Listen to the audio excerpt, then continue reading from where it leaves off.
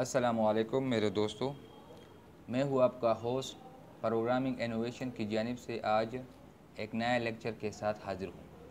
आज के इस लेक्चर में हम नेस्टेड एफ स्टेटमेंट के बारे में पढ़ेंगे कि इसको हम अपने प्रोग्राम में किस तरह यूज़ कर सकते हैं।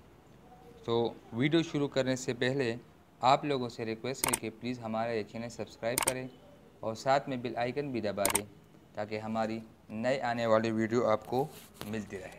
नेस्टेड एफ स्टेटमेंट क्या होती है? इससे पहले हमने 2 लेक्चरों में एफ और एफ स्टेटमेंट के बारे में पढ़ा था। वहाँ पर हमारे पास एक कंडीशन होती थी, या तो वो ट्रू होती या फॉल्स। अगर ट्रू होती तो हमारा एफ स्टेटमेंट एफ बॉडी के अंदर जो स्टेटमेंट होती थी वो ही प्रिंट होता, और अगर फॉल्स होती तो एल्स बॉडी के अंदर स्टेटमेंट जो है वो प्रिंट होती। लेकिन यहाँ पर सिचुएशन जो है वो डिफरेंस है। यहाँ पर हमारे पास एफ स्टेटमेंट के अंदर एक और एफ स्टेटमेंट होती है, जिस तरह के हम सिंटैक्स में देखते हैं। यहाँ पर हमने एक एफ कंडीशन जो है वो लगाया है, फिर इसके अंदर हमारे पास दूसरा एफ कंडीशन होती है।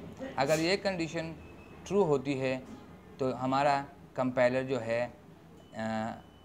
इसके अंदर जो एफ कंडीशन होती है यहाँ पर इसको फिर चेक करती है। तो इसी तरह ये नेस्टेड एफ स्टेटमेंट जो है हमारा काम करती है।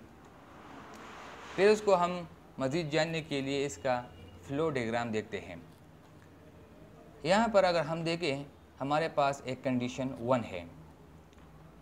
अगर वो ट्रू हुई तो फिर कंपाइलर इसके अंदर जो कंडीशन होती है कंडीशन 2 वो चेक करता है। इस कंडीशन 2 का डिपेंड जो है वो कंडीशन 1 पे होती है। इसी तरह ये नेस्टेड एफ स्टेटमेंट काम करती है। अगर हम यहाँ पर देखें कि हमारा कंडीशन 1 जो है वो ट्रू है, तो फिर ये कंडीशन 2 जो है ये चेक होगी। अगर ये भी ट्रू हुई तो हमारा स्टेटमेंट जो है ये प्रिंट होगा, और अगर ये कंडीशन फॉल्स हुई तो फिर जो है स्टेटमेंट 2 प्रिंट होती है।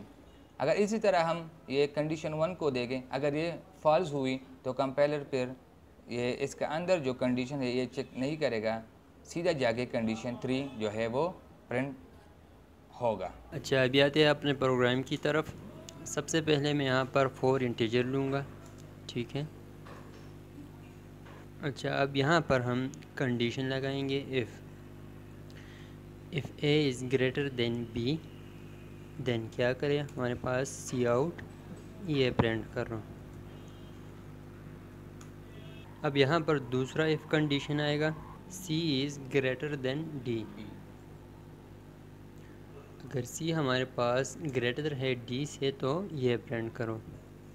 अब इसको कंपाइल करके चेक करते हैं।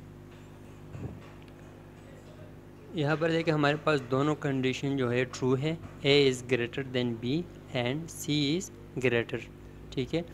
अब इसमें जो सेकंड कंडीशन हमने लगाया था इसको अब फॉल्स करते हैं। जो नेस्टेड इफ़ हमने लगाया था इसको अब फॉल्स करके चेक करते हैं। अब ये प्रिंट नहीं होगा और हमारे पास जो फर्स्ट इफ़ कंडीशन है वो प्रिंट होगा। यहाँ पर देखिए A is greater than B, जो सेकंड कंडीशन था वो हमारे पास फॉल्स है तो वो प्रिंट नहीं हुआ। अब जो हमारे पास फर्स्ट नंबर कंडीशन हमने लगाया था इसको फॉल्स करके चेक करते हैं। अच्छा, अब अगर इसको मैंने फॉल्स किया तो ये फंक्शन से बाहर जो हमने सी आउट लगाया है वो प्रिंट करेगा। अगर इफ़ नेस्टेड इफ़ जो हमने लगाया है अगर वो ट्रू भी हो फिर भी ये चेक नहीं करेगा। यहाँ पर देखिए हियर स्टेटमेंट इज़ फॉल्स, हमारे पास जो पूरा स्टेटमेंट है वो फॉल्स है। हमारे पास जो फर्स्ट कंडीशन है वो फॉल्स है, तो इसमें बाकी जो नेस्टेड इफ़ है इसको चेक नहीं किया और इससे बाहर जो हमने सी आउट दिया था उसको प्रिंट कर लिया। अच्छा, अब देखते हैं दूसरे example.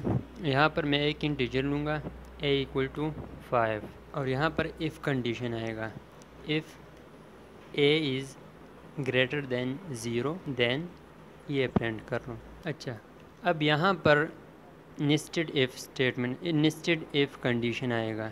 If A is equal to 5 then cout ये प्रिंट कर लो। अब इसको कंपाइल करके चेक करते हैं। तो यहाँ पर देखिए दोनों कंडीशन हमारे पास ट्रू है, A is greater than 0 and A is equal to 5। ठीक है, अब जो फर्स्ट कंडीशन हमने लगाया था इफ़ का, इफ़ इसको अब फॉल्स करके चेक करते हैं। A is less than 0। अब इसके अंदर जो नेस्टेड इफ़ कंडीशन हमने लगाया है उसको चेक नहीं करेगा और इससे बाहर जो हम सी आउट देंगे उसको प्रिंट करेगा। अच्छा, यहाँ पर देखिए हमने जो बाहर स्टेटमेंट दिया था उसको प्रिंट कर लिया, क्योंकि हमारे पास जो फर्स्ट कंडीशन था वो हमारे पास फॉल्स है, तो इसके अंदर जितने भी नेस्टेड इफ़ है, नेस्टेड इफ़ कंडीशन है उसको चेक नहीं किया और बाहर जो है वो बाहर जो हमने सी आउट दिया था उसको प्रिंट कर लिया। तो इसी तरह हम नेस्टेड इफ़ को यूज़ करते हैं और इसी तरह ये काम करता है। Thanks for watching. मिलते हैं इंशाल्लाह नेक्स्ट वीडियो के साथ।